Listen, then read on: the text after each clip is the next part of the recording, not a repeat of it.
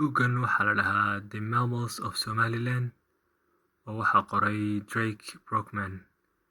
Waxaan filayaa hilaadii inay ahayd 1910 haddaan khaldanayn. Xayawaano kala duwan ayuu markaa sawir ka qaaday intay dileen oo markaa magacyadoodana kusoo dulqabteen. Dabcan magacyada ajnabi weeyaan.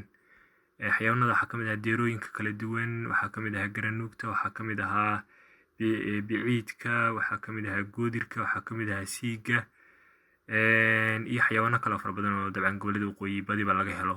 Sidoo kale waxay leeyihiin dadka ajnabiga ee caddaanka markay imaanayaan waa inay laysan haystaan. Sidoo kale qoryaha ay soo dejinayaan amba ay karaysanayaan waa inay register garaysan yihiin. Waxyaabaha iyaguna ku jira meesha waxaa ka mid ah in ay soo saareen sharci mamnuucaya in dadka localka amba dadka Soomaaliyeed ay markaa dilaan xayawaanka duurjoogta ah amba ay ugaadhsadaan qaabkay doontaba ha ahaatee, marka laga reebo dabcan hadday baahi u geyso oo marka ay u baahan yihiin inay dhuuni ahaan u quutaan. Dabcan shuruucda lagu diidan yahay xayawaanka inay ugaadhsadaan waxay soo baxeen 1907. Halkana waxa weeye xayawaano kale ay markaa xayawaanada qayb ka mid ah ay ku diidanayeen in la ugaadhsado sida zebraha, dameer farowga, sidoo kale haddii ay ku yahay geriga, iyo xayawaano kale oo magacooda aanan garanay waxa af Soomaali lagu dhaho, iyo wiil dibadeed waxaan u gartay amba buffalo dibadeed miya. Sidoo kale waxay mamnuuceen in la ugaadhsado maroodiga.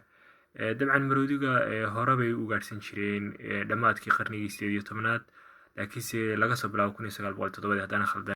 Xayawaanka markaa Ingiriisku mamnuucay in la dilo oo gobollada waqooyi in lagu ugaadhsado oo ka mamnuucay waxaa ka mid ahaa markaa gorgorka, vultureska, salabandhaha, shimbirta salabandhaha loo yaqaano haddaan khaldanayn secretary bird, owlka oo markaa loo yaqaano ciyowga, shimbirka ciyowga, sidoo kale ostrich oo markay tahay femaleka weliba yar tahay, goroyo cawsha dhadig ee markaa yar.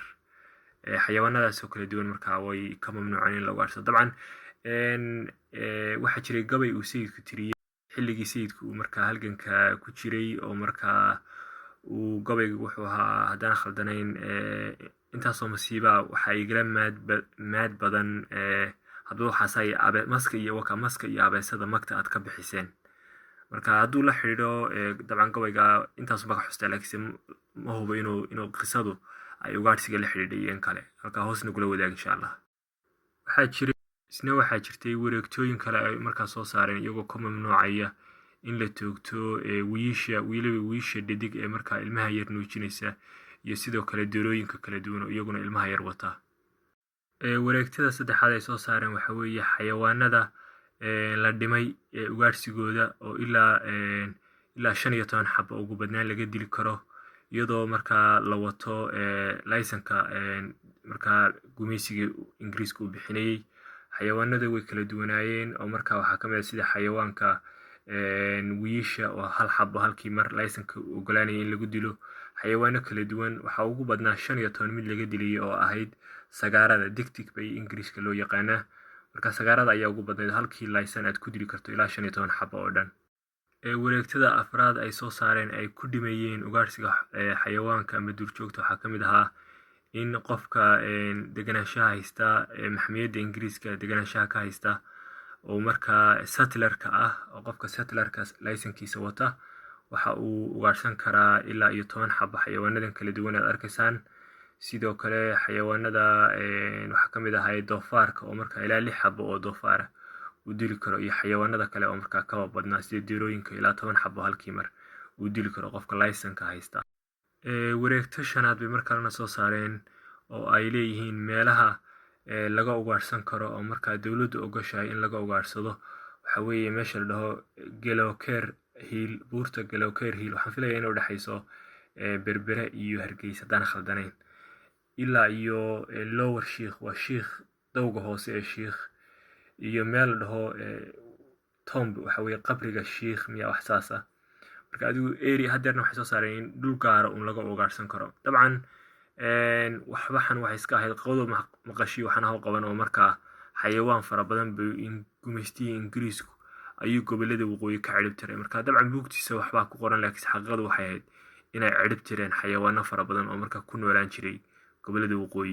Kanuna waxa weeye duurjoogtii kala duwaneed ee markaa ay ka ugaarsadeen waqooyiga Soomaaliya. waxaa ka mid ahayd deerooyinka kala duwan, waxaa ka mid ah biciidka, waxaa ka mid ah siiga, waxaa ka mid ah garanuugta, waxaa ka mid ah sagaarada, waxaa ka mid ah dibidibideedka,